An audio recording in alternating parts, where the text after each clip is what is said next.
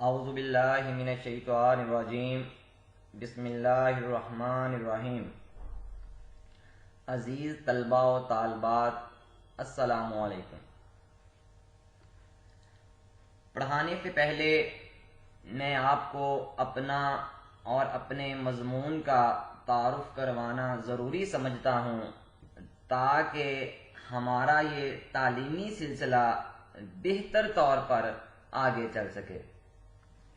تو میں آپ کو بتاتا چلوں کہ میرا نام محمد تنویر ہے اور میں معرفہ کالج سہیوال میں بطور اردو لیکچرر اپنے فرائض سر انجام دے رہا ہوں۔ کوالیفیکیشن کے حوالے سے میں نے government post graduate college Sahiwal سے ایم اے اردو کا امتحان فرسٹ پوزیشن کے ساتھ پاس کیا اور اس کے بعد رفا انٹرنیشنل یونیورسٹی فیصل آباد سے ایم فل کا امتحان پاس کیا ہے۔ اس کے بعد ایکسپیرینس کے حوالے سے میں نے 4 سال Sahiwal college of the educators college میں بطور اردو لیکچرر اپنے فرائض سر انجام دیے۔ اس کے بعد 1 سال بطور C T I government post graduate college Sahiwal میں اپنے فرائض سر انجام دیے۔ پچھلے 2 سال سے میں معرفہ کالج سہیوال کا حصہ ہوں۔ اس کے ساتھ ساتھ میں نے 3 سال انٹرمیڈیٹ سطح کی بورڈ مارکنگ بھی کی ہے، تو میں پڑھانے کے ساتھ ساتھ بورڈ مارکنگ کا تجربہ بھی رکھتا ہوں۔ اپنے تعارف کے بعد میں اپنے مضمون کا تعارف بھی کروانا چاہتا ہوں تاکہ ہم اپنے مضمون کو بہتر طریقے سے پڑھ سکیں، سمجھ سکیں اور اس میں سے زیادہ جو نمبر ہیں وہ حاصل کر سکیں۔ تو اردو کا جو پرچہ ہے یہ لازمی پرچہ ہوتا ہے، یہ فرسٹ ایئر میں بھی شامل ہے اور سیکنڈ ایئر میں بھی شامل ہے۔ اردو کا پرچہ 100 نمبروں پر مشتمل ہوتا ہے۔ اس کے 2 حصے ہوتے ہیں۔ پہلا حصہ معروضی کہلاتا ہے اور دوسرا حصہ انشائیہ کہلاتا ہے۔ اردو کے پرچے کا جو پہلا حصہ ہے، حصہ معروضی، یہ 20 نمبروں پر مشتمل ہوتا ہے۔ اس سوال کو آگے 4 حصوں میں تقسیم کیا جاتا ہے۔ تو سب سے پہلے جو کتاب ہے اس کتاب کا حصہ نثر، اس میں سے 5 نمبر کے ایم سی کیوز پوچھے جاتے ہیں۔ مطلب جو فرسٹ ایئر کی کتاب ہوگی اس میں سے جو حصہ نثر ہوگا تو کسی بھی سبق میں سے کوئی بھی بات بطور ایم سی کیوز پوچھی جا سکتی ہے۔ مثلا کسی سبق کا نام پوچھا جا سکتا ہے، اس کے مصنف کا نام پوچھا جا سکتا ہے، اس کی صنف ادب پوچھی جا سکتی ہے، اس کا ماخذ پوچھا جا سکتا ہے، یا سبق میں موجود کوئی خاص بات بھی پوچھی جا سکتی ہے۔ تو اس طریقے سے جو یہ سوال ہے یہ حصہ نثر سے پوچھا جاتا ہے اور 5 نمبر پر مشتمل ہوتا ہے۔ اس کو حل کرنے کے لیے تو جو سبق ہیں ان کا غور کے ساتھ جو مطالعہ ہے وہ بہت ضروری ہے، کیونکہ اس سبق میں سے کوئی بھی جو بات ہے وہ بطور ایم سی کیوز پوچھ لی جاتی ہے۔ اس کے بعد اسی سوال کا جو دوسرا حصہ ہے وہ شعری اصطلاحات پر مشتمل ہوتا ہے، جس میں مطلع، مقطع، ردیف اور قافیہ شامل ہیں۔ تو یہ سوال بھی ایم سی کیوز کے طور پر پوچھا جاتا ہے۔ پیپر میں مطلع کے حوالے سے ایم سی کیوز پوچھ لیا جاتا ہے کہ مطلع کا معنی کیا ہوتا ہے، کس شعر کو مطلع کہتے ہیں، مقطع کا معنی کیا ہوتا ہے، مقطع کس زبان کا لفظ ہے، ردیف کیا ہے، قافیہ کیا ہے۔ تو یہ جو سوال ہے یہ بھی 5 نمبروں پر مشتمل ہوتا ہے، اور یہ سوال شعری اصطلاحات کہلاتا ہے کہ آپ کے کتاب میں جو حصہ نظم اور حصہ غزل ہے اس میں سے یہ سوال پوچھا جاتا ہے۔ اس کے بعد جو اس سوال کا تیسرا حصہ ہے وہ علم بیان پر مشتمل ہوتا ہے۔ اس میں تشبیہ، استعارہ اور تلویح شامل ہیں۔ تو یہ سوال بھی MCQ ٹائپ ہوتا ہے۔ اس میں بھی تشبیہ کا معنی، تشبیہ کے ارکان، طرفین تشبیہ وغیرہ جیسے سوالات پوچھے جاتے ہیں۔ اسی طرح استعارہ کا معنی، استعارہ کے ارکان، تلمیح کا معنی، تو یہ سوال بھی 5 نمبروں پر مشتمل ہوتا ہے۔ اس کے بعد اسی سوال کا جو چوتھا حصہ ہے وہ تذکیر و تانیث پر مشتمل ہوتا ہے، یعنی مذکر مؤنث کے حوالے سے سوال پوچھا جاتا ہے۔ پیپر میں 5 جملے ہوتے ہیں، ان میں مذکر اور مؤنث کی پہچان وہ کرنی ہوتی ہے۔ مثال کے طور پر پوچھ لیا جاتا ہے کہ میں نے اخبار پڑھا یا پڑھی، اب آپ نے بتانا ہوتا ہے کہ اخبار مذکر ہے یا مؤنث ہے، تو اخبار پڑھا ہوگا یا پڑھی ہوگی۔ اس طریقے سے جو 5 MCQs ہیں وہ تذکیر و تانیث کے حوالے سے پوچھے جاتے ہیں۔ اس طرح اوورآل جو پہلا سوال ہے وہ 20 نمبر پر مشتمل ہوتا ہے، اور اس سوال میں طالب علم تھوڑی سی محنت اور توجہ کے بعد 20 کے 20 نمبر حاصل کر سکتا ہے۔ اس کے بعد اردو کے پرچے کا جو دوسرا حصہ ہوتا ہے وہ حصہ انشائی کہلاتا ہے۔ یہ 80 نمبر پر مشتمل ہوتا ہے، اور اس کے لیے 2 گھنٹے اور 40 منٹ کا وقت درکار ہوتا ہے۔ اس حصے میں جو پہلا سوال ہے وہ اعشار کی تشریح کا ہوتا ہے۔ یہ سوال 20 نمبر پر مشتمل ہوتا ہے، اور اس کے 2 جز ہوتے ہیں۔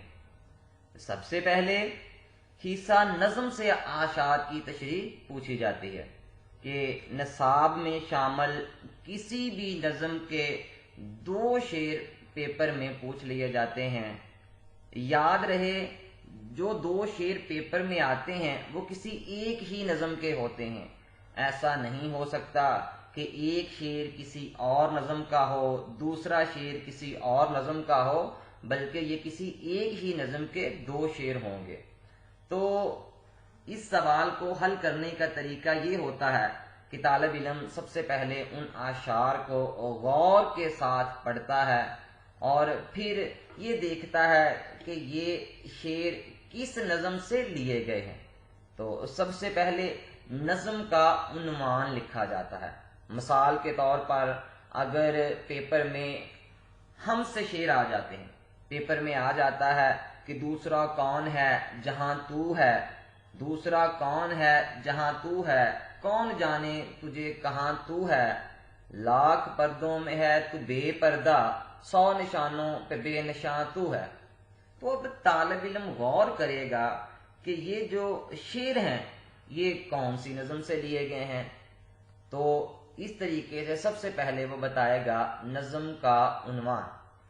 اس کے بعد یہ دیکھے گا کہ ان اعشار کو، اس نظم کو لکھنے والے شاعر کا نام کیا ہے، تو پھر وہ لکھے گا شاعر کا نام۔ اس طریقے سے 1 نمبر نظم کے عنوان کا ہوتا ہے، اور 1 نمبر شاعر کے نام کا ہوتا ہے۔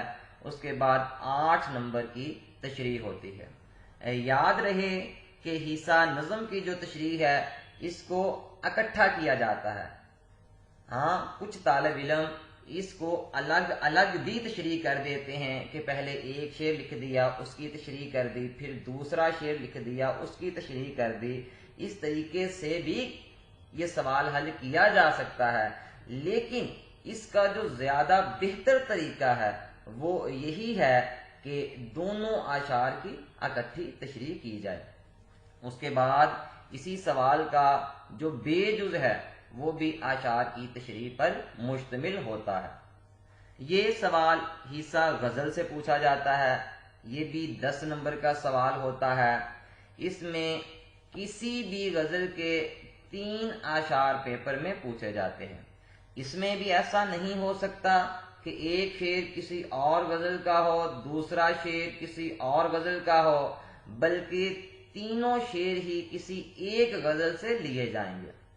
تو اس سوال میں بھی طالب علم نے سب سے پہلے اشعار کو پڑھ کر یہ دیکھنا ہوتا ہے کہ یہ شعر کس شاعر کے ہیں۔ تو سب سے پہلے شاعر کا نام لکھا جاتا ہے، 1 نمبر کا شاعر کا نام ہوتا ہے اور 3 نمبر کا ایک شعر ہوتا ہے۔ اس طرح سے 3 اور پلس 1 10 نمبر کا یہ سوال ہوتا ہے۔ تشریح کے سوال کے بعد جو حصہ انشائی میں دوسرا سوال ہوتا ہے اور اوورآل اردو پرچے کا تیسرا سوال ہوتا ہے، وہ حصہ نثر سے پوچھا جاتا ہے اور اس میں سیاق و سباق کے حوالے سے تشریح کرنا ہوتی ہے۔ تو اس سوال میں طالب علموں کے لیے چوائس ہوتی ہے، حصہ نثر میں سے کسی بھی سبق سے جو ہے وہ پیراگراف پیپر میں آتا ہے۔ یاد رہے پیپر میں 2 سبقوں میں سے 2 پیراگراف آئیں گے اور طالب علم کو جو پیراگراف زیادہ اچھے طریقے سے بہتر طریقے سے یاد ہوگا، آتا ہوگا، اس پیراگراف کو وہ حل کرے گا، اس پیراگراف کی وہ تشریح کرے گا۔ تو یہ سوال کل 15 نمبروں پر مشتمل ہوتا ہے۔ اس میں بھی 1 نمبر سبق کے عنوان کا ہوتا ہے کہ طالب علم پیراگراف کو غور سے پڑھ کر یہ دیکھے گا کہ یہ پیراگراف کون سے سبق سے لیا گیا ہے۔ تو سب سے پہلے وہ لکھے گا سبق کا عنوان، 1 نمبر کا سبق کا عنوان ہوتا ہے۔ اس کے بعد وہ دیکھے گا کہ یہ سبق لکھنے والا کون ہے، اس کے مصنف کون ہے۔ تو اس کے بعد وہ لکھے گا مصنف کا نام، تو 1 نمبر کا مصنف کا نام ہوتا ہے۔ اس کے بعد سیاق و سباق تقریباً 8 سے 12 لائنوں پر مشتمل ہوتا ہے، کم سے کم 8 اور زیادہ سے زیادہ جو 12 لائنیں ہیں تو وہ سیاق و سباق میں لکھی جاتی ہیں۔ اس میں جو پیراگراف پیپر میں پوچھا جاتا ہے تو طالب علم نے یہ بتانا ہوتا ہے کہ کتاب میں، سبق میں اس پیراگراف سے پہلے اور اس پیراگراف کے بعد کی جو خاص باتیں ہوتی ہیں، جو اہم باتیں ہوتی ہیں، ان کو بیان کیا جاتا ہے۔ تو 3 نمبر سیاق و سباق کے ہوتے ہیں۔ اس کے بعد 10 نمبر کی تشریح ہوتی ہے۔ جس طرح پیپر میں اشعار کی تشریح کی جاتی ہے، اسی طریقے سے جو نثر کا پیراگراف ہوتا ہے اس کی بھی وضاحت کرنا ہوتی ہے، اس کو بھی تفصیل کے ساتھ بتانا ہوتا ہے۔ تو اس میں کم از کم جو ہے وہ 2 صفحات کی تشریح ہونا چاہیے۔ ہاں، زیادہ سے زیادہ جو طالب علم ہے وہ جتنا زیادہ اچھے سے لکھ سکتا ہے وہ لکھ سکتا ہے، لیکن یاد رہے کہ مقدار سے زیادہ معیار کو ترجیح دی جاتی ہے کہ اگر ایک طالب علم کم لکھ لیتا ہے لیکن معیاری لکھتا ہے، اچھا لکھتا ہے، تو اس کو زیادہ اچھے نمبر جو ہیں وہ دیے جاتے ہیں۔ اس کے بعد جو سوال نمبر 4 ہے تو وہ سبق کا خلاصہ ہوتا ہے۔ یہ سوال بھی حصہ نثر سے پوچھا جاتا ہے۔ اس میں بھی چوائس ہوتی ہے کہ حصہ نثر میں شامل کوئی سے بھی 2 سبق پیپر میں دے دیے جاتے ہیں اور کہا جاتا ہے کہ ان میں سے کسی ایک سبق کا خلاصہ اور مصنف کا نام لکھیں۔ تو اس میں طالب علم کے پاس چوائس موجود ہوتی ہے، وہ غور کرتا ہے، وہ دیکھتا ہے کہ دونوں سبقوں میں سے کس سبق کو بہتر طریقے سے وہ جانتا ہے، وہ سمجھتا ہے، کس کا خلاصہ زیادہ اچھے سے وہ لکھ سکتا ہے، تو اس کا وہ انتخاب کر لیتا ہے۔ تو اس میں بھی 1 نمبر کا مصنف کا نام ہوتا ہے اور 9 نمبر کا سبق کا خلاصہ ہوتا ہے۔ اس سوال کو حل کرنے کا بھی طریقہ یہ ہے کہ سب سے اوپر سب سے پہلے لکھا جائے مصنف کا نام، اس کے بعد سبق کا عنوان، اس کے بعد خلاصے کی ہیڈنگ دے کر سبق کی تمام خاص باتوں کو ایک ترتیب کے ساتھ پیراگراف بنا کر لکھ دیا جاتا ہے۔ اس کے بعد پیپر میں جو سوال پوچھا جاتا ہے وہ حصہ نظم سے پوچھا جاتا ہے کہ حصہ نظم میں سے کوئی بھی ایک نظم کا خلاصہ لکھنے کے لیے کہا جاتا ہے۔ یاد رہے اس سوال میں کوئی چوائس نہیں ہوتی ہے، سلیبس میں شامل کوئی بھی ایک نظم پوچھ لی جاتی ہے اور اس میں شاعر کے نام کا بھی کوئی نمبر نہیں ہوتا، بلکہ جو ایگزامینر ہے، جو پیپر بنانے والا ہے، وہ خود شاعر کا نام بتائے گا کہ فلاں شاعر کی فلاں نظم کا خلاصہ لکھیں، اور نظم کا خلاصہ اختصار کے ساتھ لکھا جاتا ہے۔ یہ تقریباً 5 سے 8-9 لائنوں پر مشتمل ہوتا ہے اور یہ 5 نمبر کا سوال ہوتا ہے۔ اس میں جو طالب علم ہے وہ 5 کے 5 نمبر حاصل کر سکتا ہے۔ اس کے بعد جو سوال نمبر 6 ہوتا ہے وہ مکالمہ یا رداد پر مشتمل ہوتا ہے۔ اس سوال میں بھی چوائس ہوتی ہے، مکالمہ بھی آتا ہے، رداد بھی آتی ہے۔ اب یہ طالب علم نے فیصلہ کرنا ہے کہ وہ اس میں سے کون سا سوال حل کرے۔ جو سوال طالب علم کو بہتر طریقے سے تیار ہے، یاد ہے، اس سوال کو حل کیا جاتا ہے۔ یہ سوال بھی 10 نمبر پر مشتمل ہوتا ہے، لیکن یاد رہے کہ مکالمے میں طالب علم زیادہ جو اچھے نمبر ہیں وہ لے سکتا ہے رداد کی نسبت۔ تو پہلی صورت میں تو مکالمہ ہی لکھنا چاہیے، لیکن اگر کسی طالب علم کو مکالمہ بالکل تیار نہیں ہے، وہ نہیں لکھ پا رہا ہے، تو تب وہ رداد کی طرف آئے، تب وہ رداد لکھے۔ اور مکالمہ جو ہے وہ کم از کم 20 مکالمے ہونے چاہیے، کہ مثال کے طور پر السلام علیکم وعلیکم السلام، یہ ایک مکالمہ ہے کہ جب 2 لوگ بات کرتے ہیں تو وہ ایک مکالمہ ہوگا۔ اس طریقے سے کم از کم جو 20 مکالمے ہیں وہ شامل ہونے چاہیے، اور یہ جو سوال ہے یہ تقریباً 2 سے 3 صفحات پر مشتمل ہوتا ہے۔ اسی طرح جو رداد ہے تو یہ بھی تقریباً 2 سے 3 صفحات پر مشتمل ہوتی ہے۔ تو اس سوال میں طالب علم 9 نمبر حاصل کر سکتا ہے۔ اس کے بعد جو سوال نمبر 7 ہے وہ درخواست اور رسید پر مشتمل ہوتا ہے۔ اس سوال میں کسی طرح کی کوئی چوائس نہیں ہوتی، پیپر میں یا تو درخواست پوچھی جائے گی یا رسید پوچھی جائے گی۔ ایسا نہیں ہوگا کہ درخواست بھی آ جائے اور رسید بھی آ جائے اور طالب علم اپنی مرضی سے کچھ ان میں سے کوئی بھی جو سوال ہے وہ لکھ سکے، بلکہ طالب علم کو امتحان کے لیے درخواست بھی تیار کرنا ہوتی ہے اور رسید بھی تیار کرنا ہوتی ہے۔ تو اس میں سے کوئی ایک سوال پیپر میں پوچھ لیا جاتا ہے، یہ سوال بھی 10 نمبروں پر مشتمل ہوتا ہے، انتہائی آسان سوال ہے۔ تھوڑی سی محنت کے بعد جو طالب علم ہے اس میں سے 9 اور 10 نمبر حاصل کر سکتا ہے۔ اردو کے پیپر کا جو آخری سوال ہے وہ تلخیص پر مشتمل ہوتا ہے۔ یہ سوال بھی 10 نمبروں پر مشتمل ہوتا ہے۔ اس میں 2 نمبر عنوان کے ہوتے ہیں اور 8 نمبر تلخیص کے ہوتے ہیں۔ تلخیص کا مطلب ہوتا ہے اختصار کے ساتھ لکھنا، کسی چیز کو مختصر کر کے لکھنا۔ تو اس سوال میں کوئی بھی ایک پیراگراف پیپر میں دے دیا جاتا ہے۔ یاد رہے جو پیراگراف پیپر میں آتا ہے وہ کتاب سے باہر سے بھی آ سکتا ہے، لازمی نہیں ہے کہ وہ پیراگراف کتاب میں سے ہی آئے۔ ہاں، بعض اوقات کتاب سے بھی پیراگراف پیپر میں آ جاتا ہے اور بعض اوقات کہیں سے بھی کوئی ایک پیراگراف اردو زبان میں پیپر میں آ جاتا ہے۔ یہ پیراگراف تقریباً 7 سے 12 لائنوں پر مشتمل ہوتا ہے اور اس کو مختصر کر کے لکھنا ہوتا ہے، کہ جو پیپر میں پیراگراف آتا ہے اس میں کسی بھی بات کو تکرار کے ساتھ اور تفصیل کے ساتھ بیان کیا جاتا ہے۔ طالب علم نے ان باتوں کو اختصار کے ساتھ مختصر کر کے لکھنا ہوتا ہے اور اس پیراگراف کو ایک عنوان دینا ہوتا ہے۔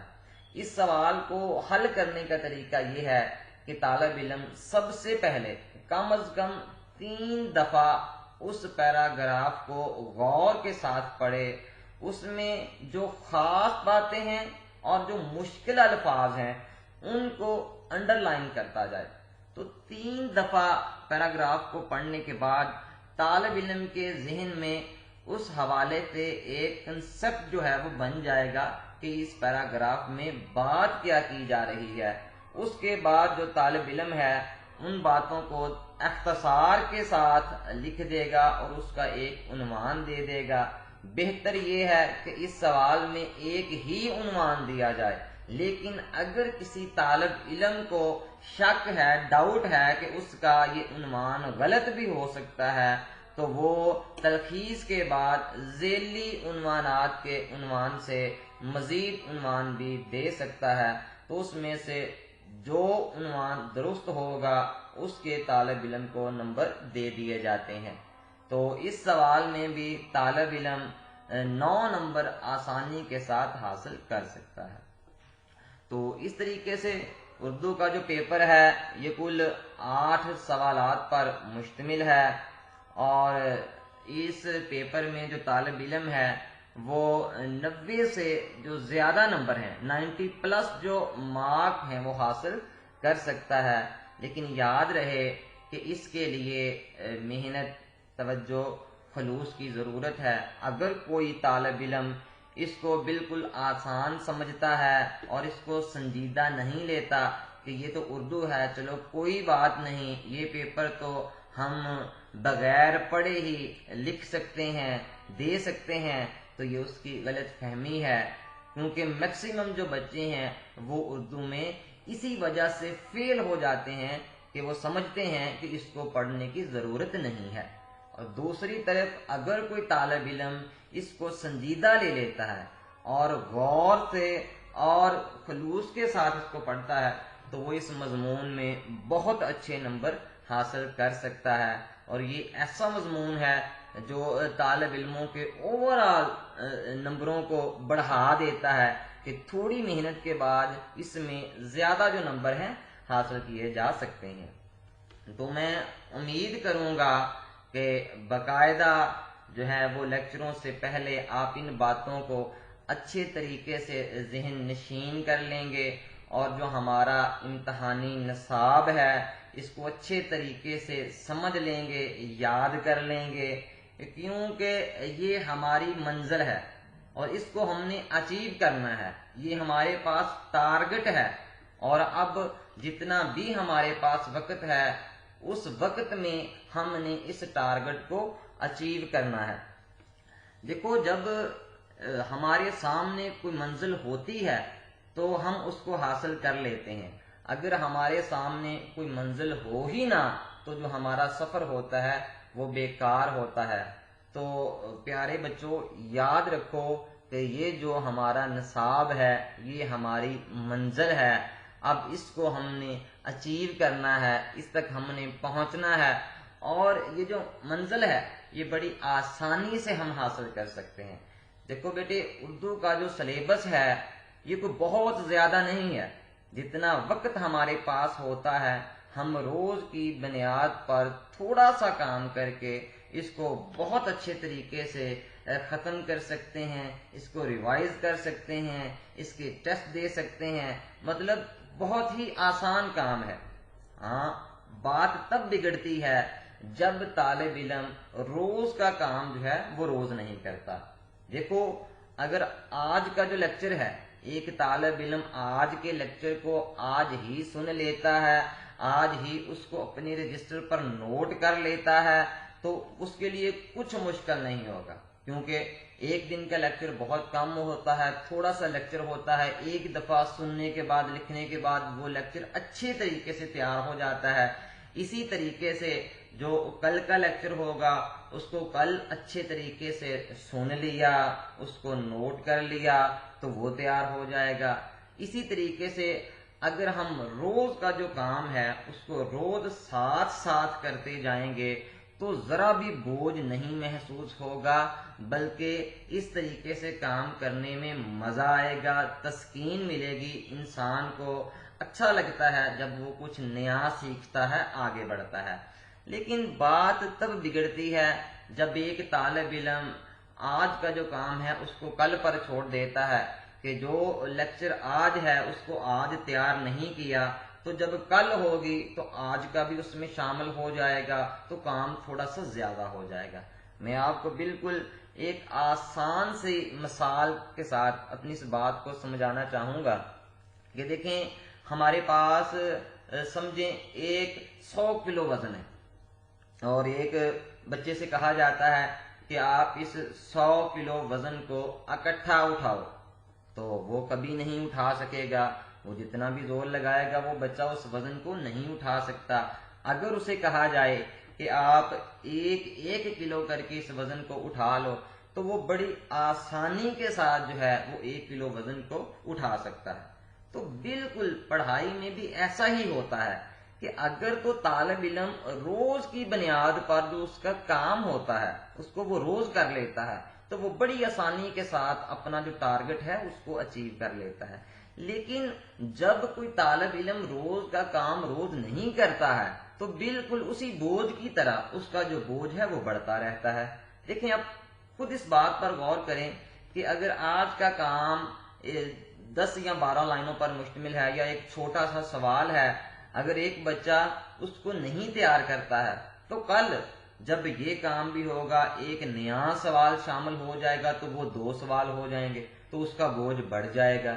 اسی طریقے سے اگر وہ کل بھی نہیں کرتا ہے تو آنے والے دن میں مزید ایک سوال شامل ہو جائے گا، تو اسی طرح یہ بوجھ بڑھتے بڑھتے بڑھتے بڑھتے امتحان تک کئی گنا زیادہ ہو جاتا ہے، اور تب جو طالب علم ہے وہ پریشان ہو جاتا ہے کہ اب ایک دن میں، 10 دن میں یا ایک مہینے میں اتنا سارا جو کام ہے، اتنی ساری جو پڑھائی ہے وہ کیسے کروں۔ تو اس کے لیے ضروری ہے، اس مشکل سے بچنے کے لیے ضروری ہے کہ ہم آج ہی آغاز میں ہی ان باتوں کو سمجھ لیں، اور اپنے وقت میں سے تھوڑا سا جو وقت ہے وہ روز کی بنیاد پر اپنی پڑھائی کو دیتے رہیں۔ اور دوسری اس میں جو اہم بات ہے وہ یہ ہے کہ جب تک باقاعدہ کلاسز کا آغاز ہوگا اور کلاسز شروع ہوں گی، تب تک جو بچے ان لیکچرز کو سنیں گے، ان کی پریکٹس کریں گے، ان کو نوٹ کریں گے، تو کم از کم وہ جو 50% تک کا سلیبس ہوگا اس کو وہ آرام سے کور کر جائیں گے۔ اب آپ خود اندازہ کریں کہ جن بچوں کا 50% سلیبس کور ہوگا وہ اس کو تیار کر چکے ہوں گے، تو نئے آنے والے بچے کبھی بھی ان کا مقابلہ نہیں کر سکیں گے۔ میں آپ کو اس کے لیے بھی ایک چھوٹی سی مثال دیتا ہوں کہ اگر ہم ایک ریس لگا رہے ہیں، ایک دوڑ لگا رہے ہیں، تو ہم سب بچوں کو ایک لائن میں کھڑا کر دیں اور ان میں سے 10 15 20 کچھ بچوں کو ہم ان سے آدھا آگے لے جائیں، مطلب اگر ہم نے 2 کلومیٹر کی ہماری ریس ہے تو ہم 1 کلومیٹر آگے ان بچوں کو کھڑا کر دیں اور ان کی جو ریس ہے اس کو شروع کروا دیں، تو صاف ظاہر ہے کہ جو 1 کلومیٹر آگے کھڑے ہوں گے وہ جلد اپنی منزل تک پہنچ جائیں گے، اگرچہ وہ آہستہ رفتار کے ساتھ بھی چلیں گے تو وہ تب بھی پچھلوں سے پہلے اپنی منزل کو حاصل کر لیں گے۔ تو اسی طریقے سے جو طالب علم ابھی سے اپنے کام کو شروع کر دیں گے تو وہ اپنا آدھا جو ٹارگٹ ہے، اپنا جو آدھا سفر ہے اس کو مکمل کر لیں گے، اور باقی جو آدھا سفر ہے وہ بعد میں کر لیں گے۔ تو اسی بات کے ساتھ میں آج کے لیکچر کو وائنڈ اپ کرتا ہوں، ختم کرتا ہوں، اور اپنے طالب علموں سے یہ امید رکھتا ہوں کہ وہ ان باتوں کو سمجھیں گے، ان پر عمل کرنے کی کوشش کریں گے، اور میرا پورا یقین ہے کہ آج کا جو طالب علم ہے وہ کچھ بھی کر سکتا ہے۔ بات صرف اتنی ہے کہ اگر وہ کچھ کرنا چاہے تو اس کو اس دنیا کی کوئی جو طاقت ہے وہ کسی بھی منزل کو، کسی بھی ٹارگٹ کو اچیو کرنے سے نہیں روک سکتی۔ تو لہٰذا آپ میرے اس یقین کو، میری اس امید کو پورا کریں گے اور میرے ساتھ چلیں گے۔ ہاں، جب جہاں کوئی مشکل ہوتی ہے، کسی بات کی سمجھ نہیں آتی ہے، تو آپ کالج سے رابطہ کریں، کالج آپ کا مجھ سے رابطہ کروا دے گا، تو میں اس کے علاوہ بھی آپ کو گائیڈ کر دوں گا، جو مشکل ہوگی اس کو سمجھا دوں گا۔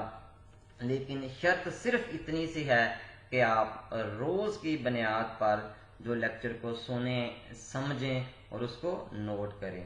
تو آج آپ سب سے پہلے اپنے اس پیٹرن کو، اپنے اس نصاب کو اپنا ایک الگ سے اردو کا رجسٹر بنائیں، اس کے اوپر آپ اس نصاب کو لکھیں۔ یہ زیادہ سے زیادہ 5 سے 7 منٹ کا کام ہوگا کہ آپ تمام سوال لکھتے ہیں۔ سوال نمبر 1 معروضی کا ہے، یہ 20 نمبروں پر مشتمل ہے، تو اس میں یہ 4 چیزیں پوچھی جائیں گی کہ اس میں حصہ نثر سے سوال آئیں گے، اس میں تذکیر و تانیث سے سوال آئے گا، علم بیان سے سوال آئے گا۔ اس کے بعد آپ بتائیں سوال نمبر 2، آپ کہیں کہ یہ تشریح کا سوال پوچھا جائے گا، یہ 20 نمبر کا ہوگا، اس کے 2 جز ہوں گے۔ سوال نمبر 3، سوال نمبر 4، اسی طریقے سے یہ جو 8 سوال ہیں آپ ان کو اپنے رجسٹر کے پر نوٹ کر لیں، آپ اس کو لکھ لیں۔ اس کا کیا فائدہ ہوگا؟ اس کا فائدہ یہ ہوگا کہ یہ ایک ٹارگٹ آپ کے پاس ہوگا، آپ اپنے رجسٹر کے آغاز پر اپنے ٹارگٹ کو لکھ لیتے ہیں، اس کے بعد جو جو کام ہم کرتے جائیں گے آپ اس کو مائنس کرتے جاؤ گے۔ مثال کے طور پر ہمارا پہلا سوال اگر معروضی کا ہے، ہم نے یہ کر لیا تو ہم نے ادھر سے اس کو کراس کر دیا کہ یہ کام ہمارا ہو چکا ہے، یہ ٹارگٹ ہم نے اچیو کر لیا ہے۔ اس کے بعد اشعار کی تشریح ہے، اس کے بعد سیاق و سباق کی تشریح ہے، سبق کا خلاصہ ہے۔ مطلب جو جو چیز ہم کرتے جائیں گے، جس کو ہم تیار کرتے جائیں گے، وہ کام ہمارا کم ہوتا جائے گا۔ تو اس لیے ضروری ہے کہ آپ اس کو نوٹ کریں، اور آپ جب بھی اپنا جو کام کریں تو اس کو دیکھیں کہ یہ ہمارا کل ٹارگٹ تھا، یہ ہمارا کل وزن تھا، اس میں سے جو کتنا کام ہم نے کر لیا ہے، کتنا ٹارگٹ ہم نے اچیو کر لیا ہے، کتنا باقی رہ چکا ہے۔ تو اس طریقے سے ہم اپنے اس کام کو بہت اچھے طریقے سے، بہت بہتر طریقے سے جو ہے وہ سر انجام دے سکتے ہیں۔ انشاءاللہ کل ملیں گے، کل سے ہم اپنے لیکچر کا باقاعدہ آغاز کریں گے۔ آج تو میں نے آپ کو اپنا اور اپنے سبجیکٹ کا تعارف کروایا، تو کل سے ہم باقاعدہ جو ہے وہ اپنی کتاب کو پڑھنا شروع کریں گے۔ تو آپ بھی ذہنی طور پر اپنے آپ کو تیار کر لیں کہ کل ہم جو اپنا آغاز کریں گے وہ ہمارا حصہ نثر کا جو پہلا سبق ہوگا اسوائے حسنہ، جس کے مصنف ہیں سید سلیمان ندوی۔ تو کل سے ہم اس کو جو ہے وہ پڑھنا شروع کریں گے۔ ہاں، اگر کوئی طالب علم شوق رکھتا ہے، کسی کو لگن ہے، تو بہتر ہے کہ وہ لیکچر، کل کا لیکچر سننے سے پہلے اگر اس کے پاس کتاب ہے یا کوئی ایسی سہولت موجود ہے تو وہ ایک نظر اس سبق کو جسٹ ریڈ کر لے، اس کو پڑھ لے۔ اس کا فائدہ یہ ہوگا کہ کل جب میں اس موضوع پر جو لیکچر ڈلیور کروں گا تو آپ کو زیادہ اچھے طریقے سے، زیادہ بہتر طریقے سے جو ہے وہ اس کی سمجھ آ جائے گی۔ تو انشاءاللہ کل نئے لیکچر کے ساتھ ملتے ہیں، تب تک کے لیے اللہ حافظ۔